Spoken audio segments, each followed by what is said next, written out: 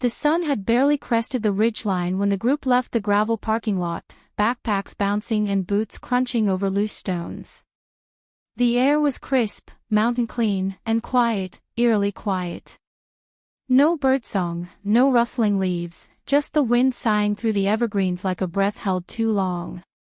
"Tell me again why we're doing this," Mark asked, adjusting the straps of his pack.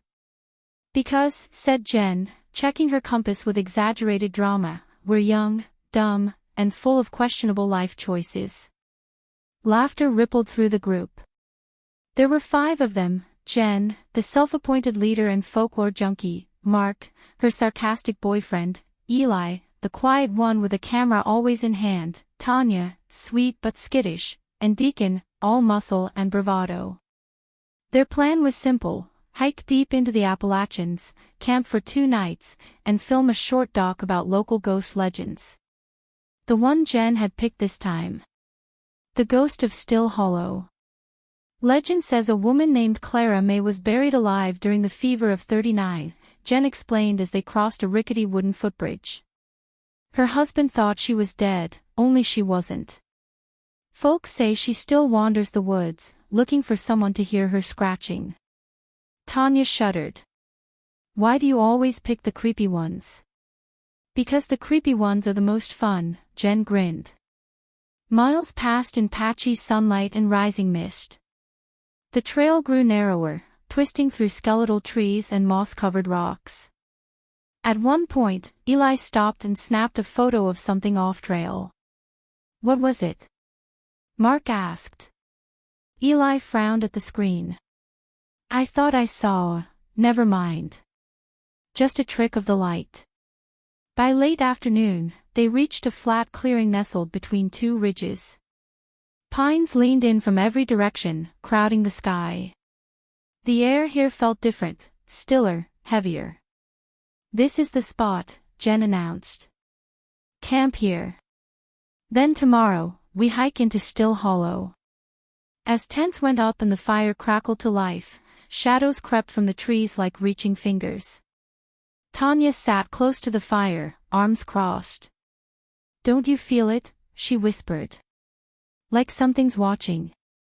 Deacon chuckled. "That's the Appalachians for you. Full of ghosts and bears and squirrels with grudges." But no one laughed with him. Somewhere, just past the tree line, a low sound stirred.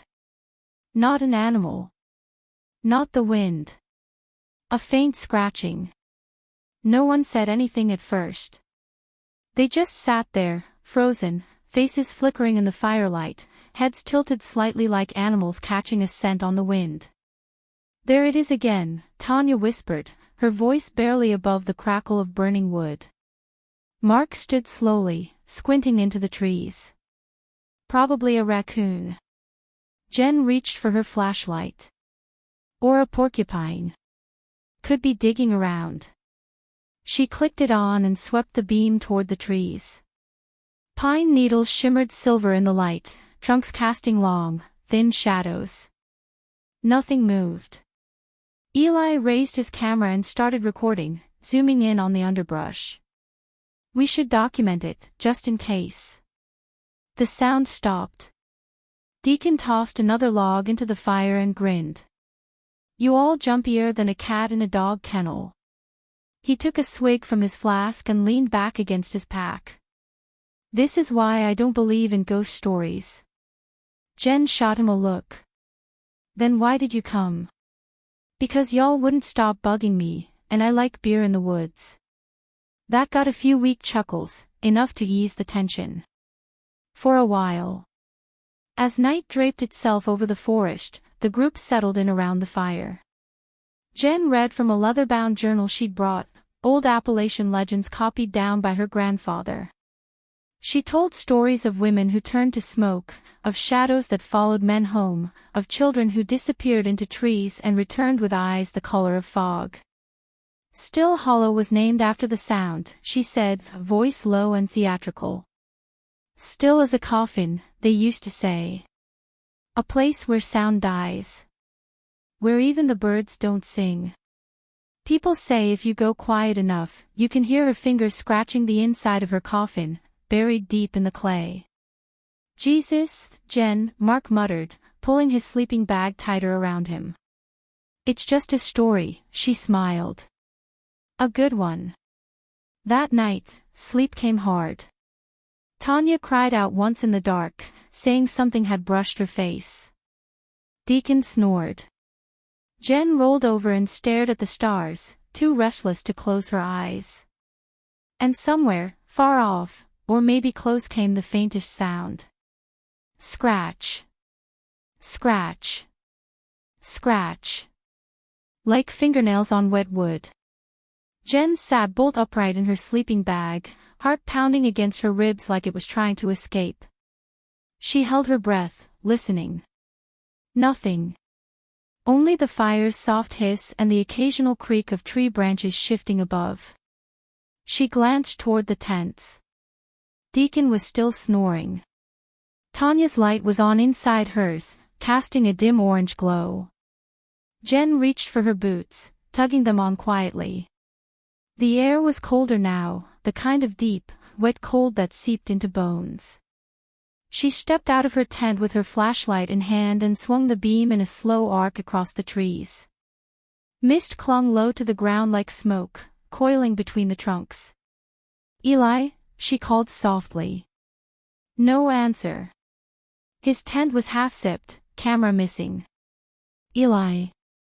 She followed the trail of footprints just visible in the dew-damp pine needles. They led toward the edge of camp, where the woods grew tighter, more tangled.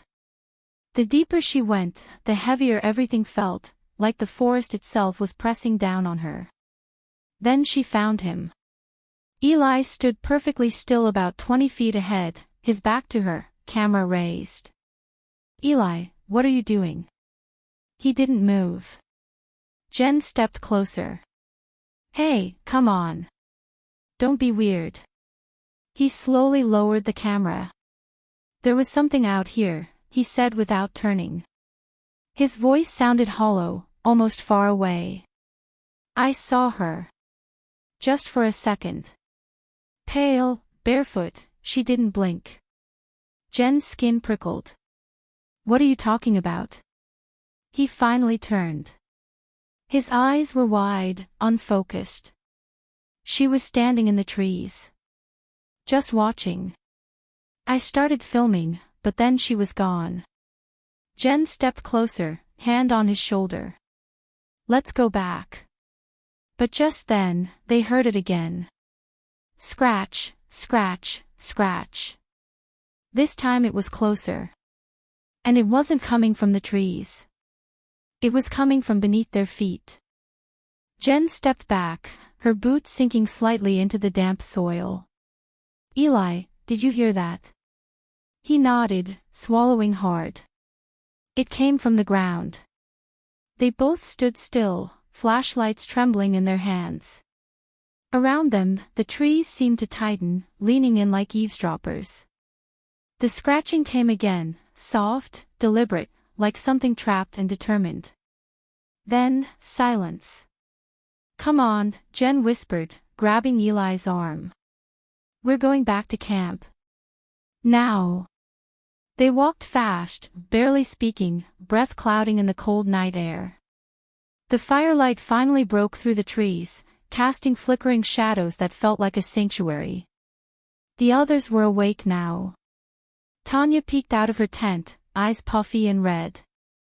Deacon sat on a log with his machete across his knees, clearly spooked but pretending not to be. What the hell was that? Deacon asked as soon as they stepped into the clearing. We heard something underground, Jen said, voice tight. Like someone was scratching from inside the earth. Tanya whimpered and retreated into her tent. Mark rubbed his face, pacing. All right. I'm calling it. This was fun when it was just creepy legends and campfire stories, but now you're saying we've got real scratching from under the dirt. I saw her, Eli said, voice shaking. In the woods. A woman in white. Long hair. Barefoot. No sound when she moved. Everyone fell quiet. Jen pulled out her grandfather's journal and flipped to a worn page she hadn't read aloud before. Some say the grave's been found.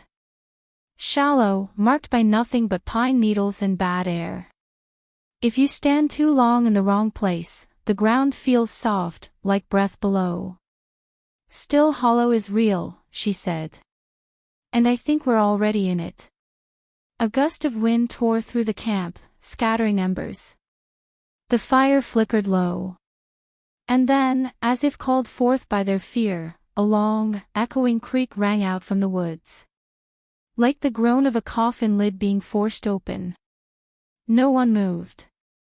Not even Deacon. The groan settled into silence, but the air felt different now, charged, wet with something ancient.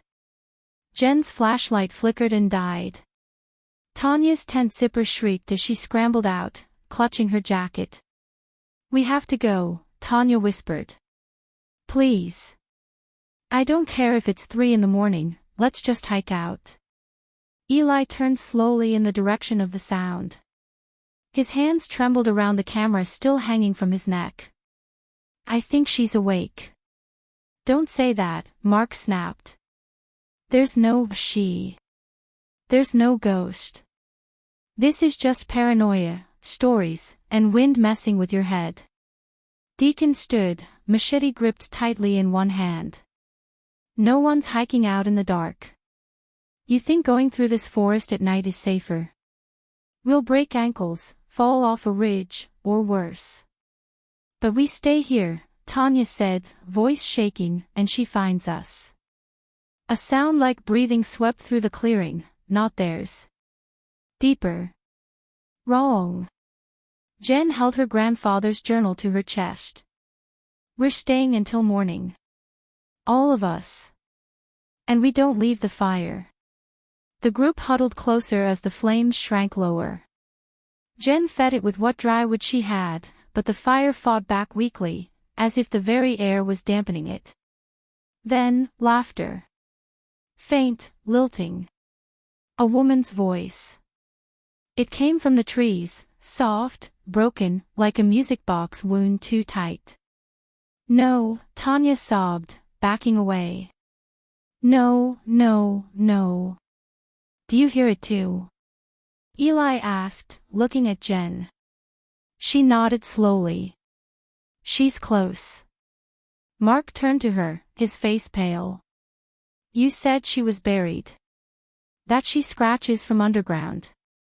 Then why is she walking?" Jen didn't answer. "Because she didn't know." The laughter stopped. And all at once, the fire went out. Darkness swallowed them whole. Someone screamed. Jen didn't know who. It could have been Tanya, or maybe it was her. Total darkness wrapped around them like a shroud.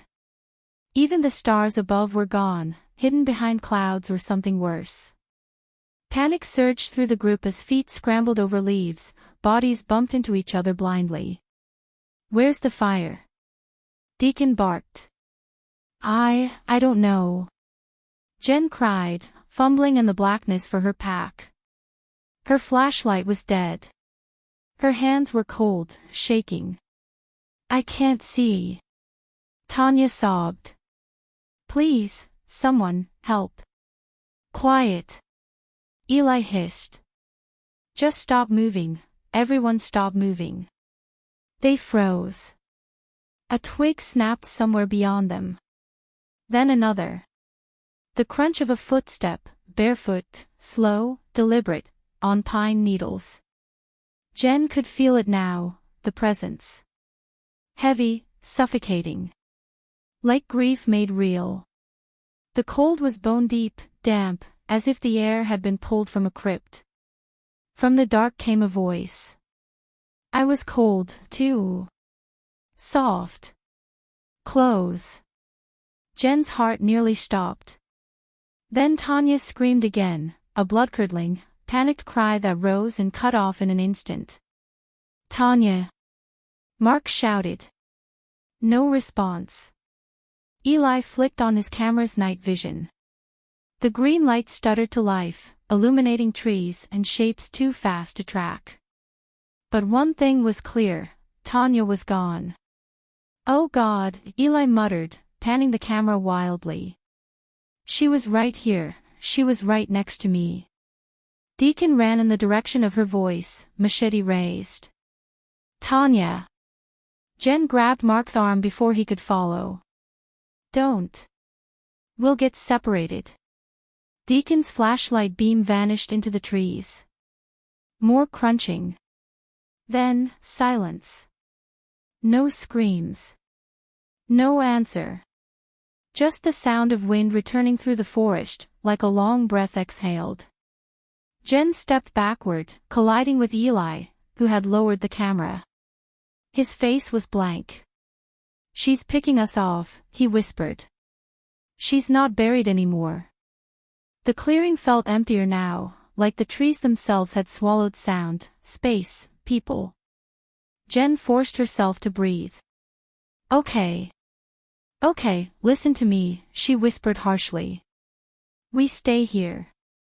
We don't run off. That's what she wants. Panic scatters us."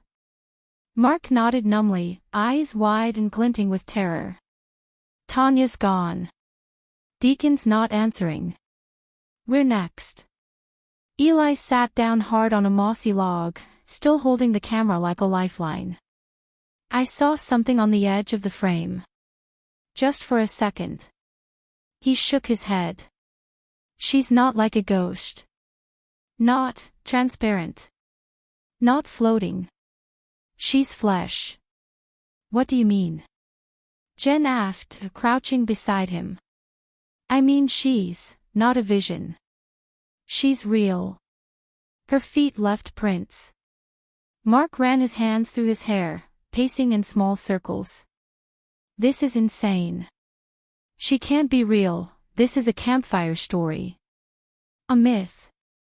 Jen opened the journal again, fumbling through pages until she found a passage written in uneven, frantic handwriting. "They buried her wrong. Too shallow, too close to the spring where the blood had run after the fever. The dirt wasn't clean. It didn't hold her. She clawed her way out. But she never left. The mountain holds her like it remembers." She looked up. She was buried here, somewhere in Still Hollow. But something was wrong. My grandfather knew. He warned me not to come this far. Mark crouched beside her, eyes narrowing. "Then maybe we find where she was buried. Maybe we fix it." Eli looked up sharply. "You want to go looking for her grave? After what just happened?" "No," Jen said slowly. "I think we already found it." They all looked at the patch of disturbed earth where she and Eli had first heard the scratching. Where the ground had felt soft. Where something beneath had stirred. The soil still looked loose, darker than the rest of the clearing. "I think she came out of there," Jen whispered. "And I don't think she went far." Just then, a whisper floated through the trees, low, and heartbreakingly sad. "Please, let me out." No one moved. The whisper lingered in the air, delicate as frost, trembling like a last breath. Mark stared at the patch of soil. "She's still down there." Jen shook her head. "I think that's just the memory. An echo of her final words. She's not in the ground anymore." Eli stood, camera forgotten at his feet. "Then what the hell is she?" No one had an answer. A brittle snap echoed from the trees behind them. Not a branch, something sharper. Bones. Footsteps. Mark picked up a burning stick from the smoldering fire pit, the only light they had left. "We either wait here and die or we do something. I say we go back to that grave. Maybe we bury it. Salt it. Burn it. I don't know, something." Jen hesitated, her mind racing through stories she half remembered, legends, warnings, rituals her grandfather used to mumble about. He always said some dead don't stay dead because the mountain remembers what was done to them. She was buried alive. That pain doesn't fade. Can we undo it? Eli asked. Jen met his gaze. I don't know. But maybe we can put her back to rest. They crept toward the grave. Each step was reluctant, boots sinking into damp earth. The forest seemed to close around them, muffling even their own breath. The grave wasn't a grave anymore. It was a hole. Open. Fresh. Empty. Mark cursed under his breath. She's walking. Somewhere out here. Right now. Eli swept his dim camera light around, and that's when Jen noticed the symbols. Faint carvings in the tree trunks, circles with slashes through them. Not random. Deliberate. She was buried in a warded spot, Jen said slowly, crouching beside the hole. But the symbols are faded. Worn out. No one came back to keep them strong. They weakened over time. Which means she's been waking up slowly. Mark asked. Jen nodded. And we're the ones who disturbed it completely. A cold wind blew through the clearing. And from the far edge, the whisper came again, closer this time. You heard me, you came.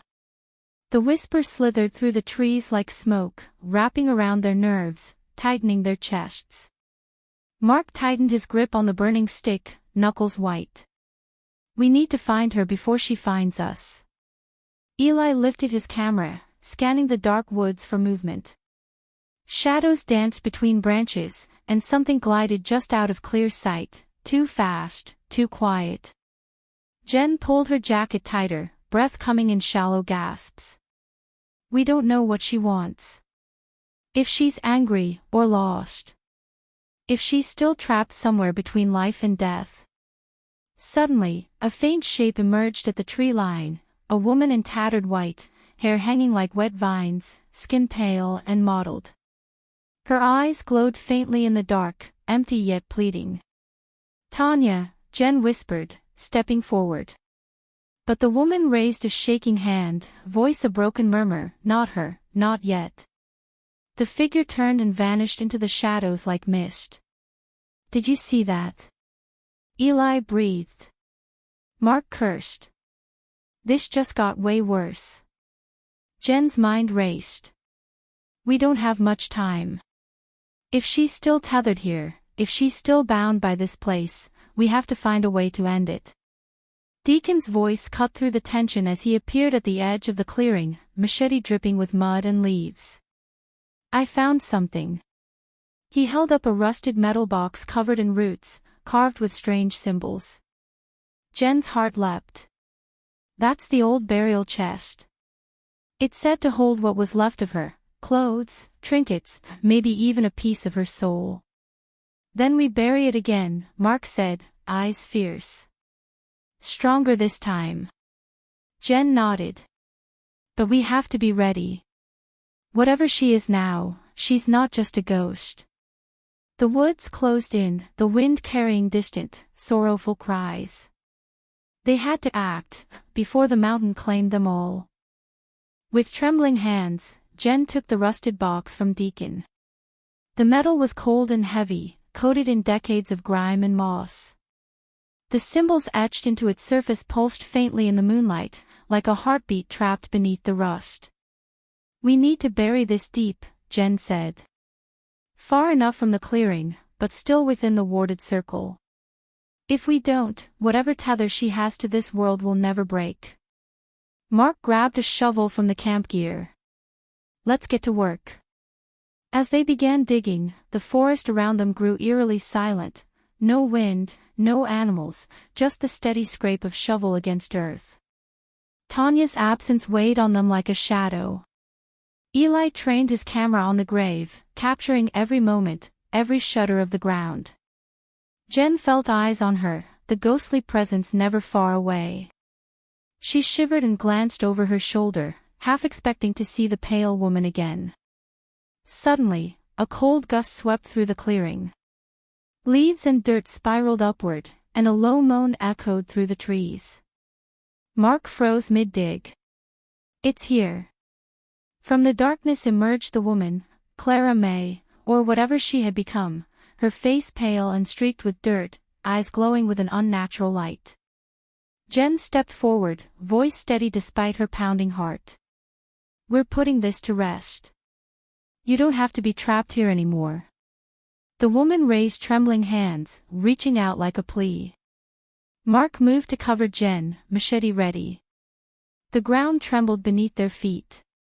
Roots writhed like serpents. The air thickened, charged with raw grief and rage. Jen took a deep breath, and with Mark's help, lowered the box into the freshly dug grave. They began to cover it with dirt, heavy clods muffling the sound of the forest's mournful wails. As the final handful of soil fell, a sudden calm descended. The woman's form flickered, eyes softening. With a whisper barely audible, "Thank you," she vanished. The forest sighed, and life slowly returned to the woods, the birdsong, the rustle of leaves, the wind's gentle dance. Tanya's absence still stung, but for the first time, hope glimmered. They had faced the mountain's ghost, and survived. Dawn broke slowly over the Appalachian ridges, pale pink light bleeding through the dense canopy of pines. The forest was alive again, birds chirped nervously, squirrels scurried through the underbrush, and the cold, oppressive weight of the night's terror seemed to lift with the sun. Jen sat on a mossy log, exhausted but alert. Mark was gathering their scattered gear, moving with a new energy, the adrenaline of survival still humming beneath his skin. Eli packed up his camera silently, his expression unreadable. Deacon was nowhere to be seen. "Tanya," Jen whispered, heart heavy. "We never found her." Mark knelt beside her. "She might still be out there. But whatever that was, it's gone now. The mountain's peace is restored." Eli finally spoke, voice hoarse. "I captured a lot on camera last night. Maybe this will help someone else understand." Jen nodded slowly. "We have to tell the story right. Not just the legends, but the truth." They broke camp in silence, the forest feeling almost like a friend rather than a threat. As they made their way back along the winding trail, Jen glanced once more into the depths of the woods. For a moment, she thought she saw a figure watching them, a faint silhouette in white, standing just beyond the trees. Then, it was gone. The mountain kept its secrets, but sometimes, it whispered thanks. The hike back felt different. The weight of fear had lifted, but a new tension settled over the group, the unspoken questions that no one dared voice aloud. "What do you think happened to Tanya?" Mark finally asked, breaking the silence as they navigated a narrow ridge. Jen shrugged, exhaustion lining her face. "I don't know. Maybe the mountain took her for itself. Or maybe she's somewhere safe, waiting." Eli tightened his grip on the camera bag. "Whatever she's doing, I hope she's okay." Deacon reappeared unexpectedly, emerging from the thick undergrowth with a grim expression. His machete was smeared with dirt, but his eyes looked clearer.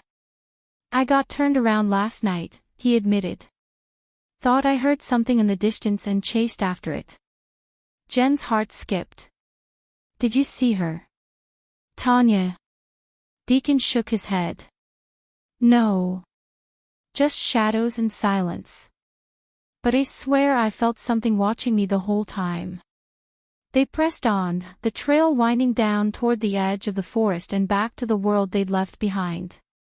At the trailhead, Jen paused and pulled out the journal. She traced her fingers over the faded ink, remembering her grandfather's warnings. "We may have laid her to rest," she said quietly, "but the mountain is ancient. It doesn't forget." Mark glanced at her, a mixture of awe and fear in his eyes.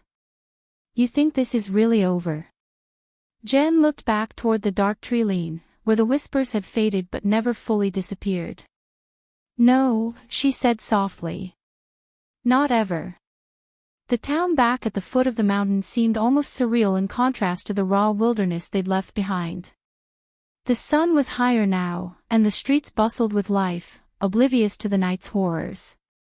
Jen, Mark, Eli, and Deacon gathered at the local diner, a worn but cozy place with checkered tablecloths and the smell of strong coffee.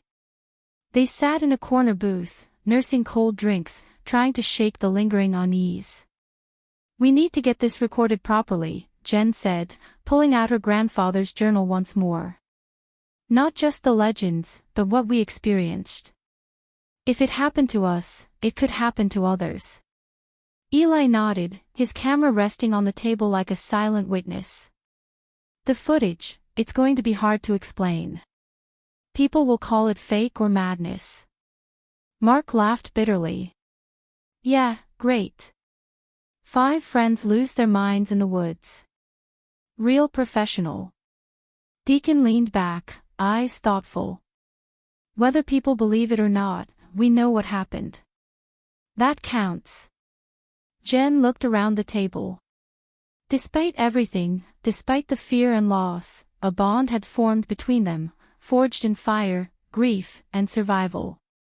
"Whatever happens next," she said, "we stick together. And we don't forget." As they spoke, the wind outside stirred the leaves against the window, carrying a faint, almost inaudible sound, a soft scratching, like fingernails against old wood. No one noticed. But the mountain always listens. Weeks passed after their return, but the memories clung to Jen like shadows in the corners of her room. Sleep came in fits, haunted by dreams of pale eyes and desperate whispers beneath the pines. She pored over her grandfather's journal every night, searching for answers, for ways to make sense of what had happened. The mountain stories were woven with sorrow and warning, old wounds that refused to heal. One evening, as rain hammered against her window, Jen's phone buzzed. A message from an unknown number. "You didn't finish the story. She's still out there." Her breath caught. She stared at the screen, fingers trembling. Then came another message. "Find the other graves. Stop the cycle." Jen knew, this was no coincidence. The mountain was reaching out. Calling her back. Mark's voice echoed in her mind, "The mountain doesn't forget." She packed her bag again, resolve hardening. This time, she wouldn't go alone. Jen stood at the edge of the forest once more, the weight of the past weeks heavy on her shoulders. The trees loomed like silent sentinels, their branches whispering secrets in the wind. She wasn't sure if she was ready to face what lay ahead, or what still haunted those woods. Mark joined her, carrying a heavy pack and a determined expression. "I'm coming with you," he said simply. "We can't leave this unfinished." Eli and Deacon had promised to follow soon, but Jen and Mark needed to start. The others had their own reasons, fear, guilt, hope, but the mountain called for more than just curiosity now. It demanded reckoning. As they stepped into the shadows, the familiar damp earth underfoot, Jen felt a strange mixture of dread and purpose. Somewhere out there, the past waited, tangled in roots and silence. Her flashlight cut through the darkness, illuminating faded markings carved into bark, symbols she hadn't noticed before. The same warding signs from the old grave. "Each one marks a resting place," Jen whispered. She wasn't the only one. Mark's jaw tightened. "Then we have to find them. Before the mountain claims anyone else." The forest grew darker, colder, and the scratching began again, soft at first, then louder, circling them like a promise or a warning. Jen swallowed her fear. "Let's finish this." They followed the faint trail of broken branches and disturbed undergrowth, deeper into the heart of the forest where even the bravest locals refused to tread. The air grew heavier, thick with the scent of damp earth and something else, something metallic, like old blood. Jen's flashlight flickered, casting erratic shadows on the twisted roots beneath their feet. Mark kept close, his hand resting on the grip of his machete, eyes scanning the darkness. "Do you think we'll find her?" Mark asked quietly. Jen paused, looking up at the tangled canopy where the moonlight struggled to penetrate. I don't know. But if we don't, the stories say this will never end. The scratching came again, louder, more urgent. It seemed to circle them, shifting in pitch like a woman's desperate cry for help or a warning to turn back. Suddenly, the ground beneath their feet gave way. Jen stumbled forward, grabbing a root to steady herself. Mark caught her arm just in time. Careful, he hissed. Ahead, through the trees, they spotted the outline of a small clearing. The air there felt colder, as if the sun had never touched this spot. In the center, half buried beneath moss and leaves, was a rough wooden cross, old, weathered, and broken. Jen swallowed hard. Another grave. Mark knelt beside it, brushing away debris to reveal faint initials carved deep into the wood. L.M. Jen's breath hitched. Laura May. Clara May's sister. A sudden rustle in the bushes made them both jump. The whisper came again, closer now, almost a plea. Help me. Mark stood slowly, eyes scanning the shadows. We're not alone. Jen swallowed her fear and moved forward, flashlight beam steady despite the trembling in her hands. The voice floated like mist through the trees, fragile and broken. Help me, it repeated, faint but insistent. As they stepped closer to the grave, the forest seemed to hold its breath. The leaves stilled, and even the wind ceased its whispering. Jen knelt beside the cross, brushing away years of decay.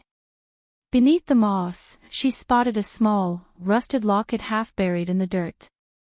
She picked it up carefully, fingers numb. Mark's voice was tight. What now?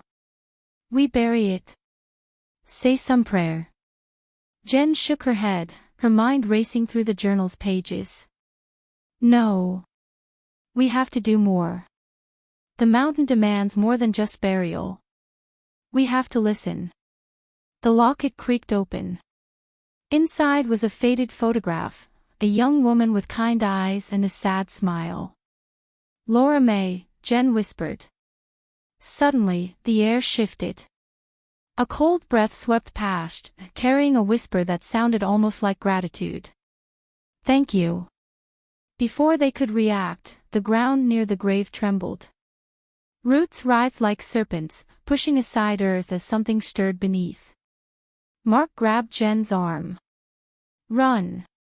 They turned and sprinted back toward the trail, the forest alive with sounds, growls, whispers, the desperate scratching of nails against bark. Behind them, the grave sealed itself slowly, moss and dirt creeping back over the broken cross as if the forest were swallowing the past whole once again. Breath ragged, Jen and Mark burst onto the trail, the dense underbrush giving way to familiar paths. The forest around them seemed calmer now, but the echoes of the night's terrors clung to their skin like cold sweat. They didn't stop running until the first hints of dawn bled through the trees, pale and fragile. Mark leaned against a tree, chest heaving, eyes wild. We can't keep doing this, he gasped. It's like the mountain is alive, it's hunting us. Jen wiped the dirt and sweat from her face, resolve hardening in her gaze. It's not hunting us. It's protecting something. Or maybe someone. We found Laura May's grave, Mark said, voice low. But there must be more. Jen nodded. Each restless spirit needs closure. We have to find all the graves, finish what was started. Eli and Deacon joined them at the trailhead, faces grim. Tanya was still missing. The group's losses weighed heavily, but they knew the worst was yet to come. Jen looked toward the mountain's towering silhouette against the morning sky. The forest was silent, but she could still hear the faintest scratching, like fingernails against old wood, carried by the wind. We're not done, she said. Not by a long shot. Back in the cramped cabin that served as their base camp, the atmosphere was thick with tension. Maps and old journals sprawled across the wooden table, alongside flickering candles whose flames danced like restless spirits. Jen traced her finger along faded hand-drawn maps, marking places where old family cemeteries had once stood. These are all spots where people vanished during the fever. All unmarked graves, lost to time. Mark leaned over, pointing at a cluster of dots deep in the northern ridge. This area is called Widow's Peak.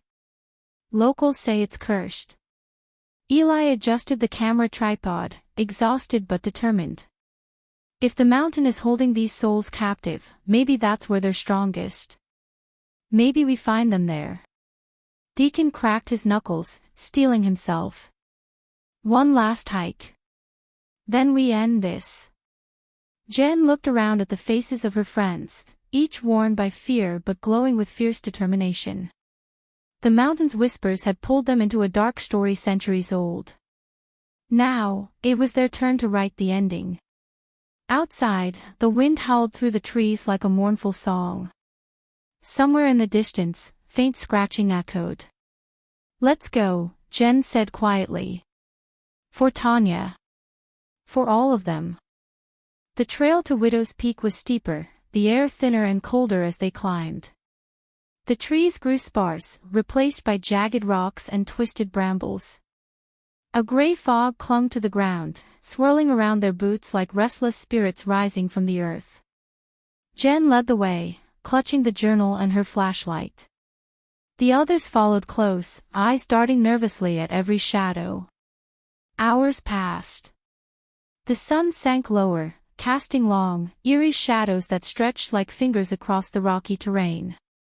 At last, they reached a clearing, a graveyard lost to time. Crumbling headstones leaned crookedly, worn by decades of rain and neglect. Broken crosses and shattered stone markers lay half-buried beneath tangled vines. Jen stepped forward, breath catching. "This is it." Mark pointed to a fresh mound of earth at the far edge. "Looks like someone's been digging here recently." Eli raised his camera. "Or something." Suddenly, the earth trembled beneath their feet. A chilling wind swept through the graveyard, carrying a chorus of faint whispers and desperate cries. From the shadows, a figure emerged, pale, ghostly, eyes glowing with sorrow and rage. "Help us," it pleaded, voice echoing like a cracked bell. Jen swallowed her fear and stepped closer. "We will. We promise." The mountain held its breath, waiting for their next move. The ghostly figure hovered just above the ground, her translucent form flickering like a dying candle. Jen felt a shiver run through her spine but forced herself to meet the apparition's gaze. "We're here to help," Jen said softly, voice steady despite the pounding in her chest. "Tell us what you need." The spirit's eyes shimmered with sorrow. "The graves, they're broken. The bindings undone. We cannot rest." Mark stepped forward, hands clenched. "Then we'll fix it. Whatever it takes." Eli raised his camera, capturing the moment, but Jen motioned for him to lower it. "This isn't just about proof anymore." The ground beneath them groaned, cracks snaking through the soil. Roots writhed like serpents, breaking through the earth as if trying to reach up and reclaim the dead. Jen opened the journal and began to read aloud an old prayer, a binding chant her grandfather had copied years ago. The words felt heavy on her tongue, ancient and powerful. As she spoke, the wind howled louder, carrying the voices of the lost in a rising crescendo. The ghosts circled, their forms growing more solid, faces etched with relief and sorrow. One by one, the restless spirits settled into the earth, their forms fading like mist in sunlight. When Jen finished, silence fell, deep, complete, and peaceful. Mark exhaled slowly. "Is it over?" Jen looked around the graveyard, the broken stones now glowing faintly with a soft, warm light. "For now," she said. The group stood in the clearing, the weight of centuries lifted like a fog dissolving under the morning sun. The graveyard seemed transformed, the broken stones mended by unseen hands, the air lighter and sweeter, carrying the scent of pine and earth instead of decay. Mark rubbed his eyes, disbelief and relief mingling in his voice. I can't believe it. It feels like the mountain finally let go. Jen closed the journal, its pages worn but whole. The mountain doesn't forget wrongs. But sometimes, it allows forgiveness. Eli packed up his camera, exhaustion overtaking his features. This story will change everything, if people believe us. Deacon cracked a rare smile. I just want to get out of these woods. Jen looked toward the horizon, where the sun bathed the peaks in gold. Somewhere, beyond the ridges and valleys, Tanya was still missing. But Jen held on to hope. The mountain had begun to heal. As they began their descent, a faint breeze stirred the trees. For a moment, Jen thought she heard a soft, grateful whisper carried on the wind. Thank you, it said. And for the first time in a long while, the forest was truly still. The hike down was quiet. The oppressive tension that had haunted them since their first night in the woods had lifted, leaving behind a silence that felt more like reverence than dread. As the trail widened and the trees grew less dense, Jen found herself slowing, glancing back over her shoulder. Widow's Peak was hidden now behind a veil of green, but she could still feel the mountain watching, not with malice, but with memory. They reached the parking lot just as dusk painted the sky in shades of rust and violet. Their car sat alone, dusted in pine needles. The sight of it felt unreal, like stepping from a dream into a half-forgotten life. No more ghosts, Deacon muttered as he tossed his bag into the trunk. No more mountains. I'm taking a beach vacation after this. Eli chuckled, weary but sincere. Only spirits I want to see now are in a bottle. Mark leaned on the car, staring at the fading forest line. We should go back someday. Fix the other places. All of them. Jen didn't answer immediately.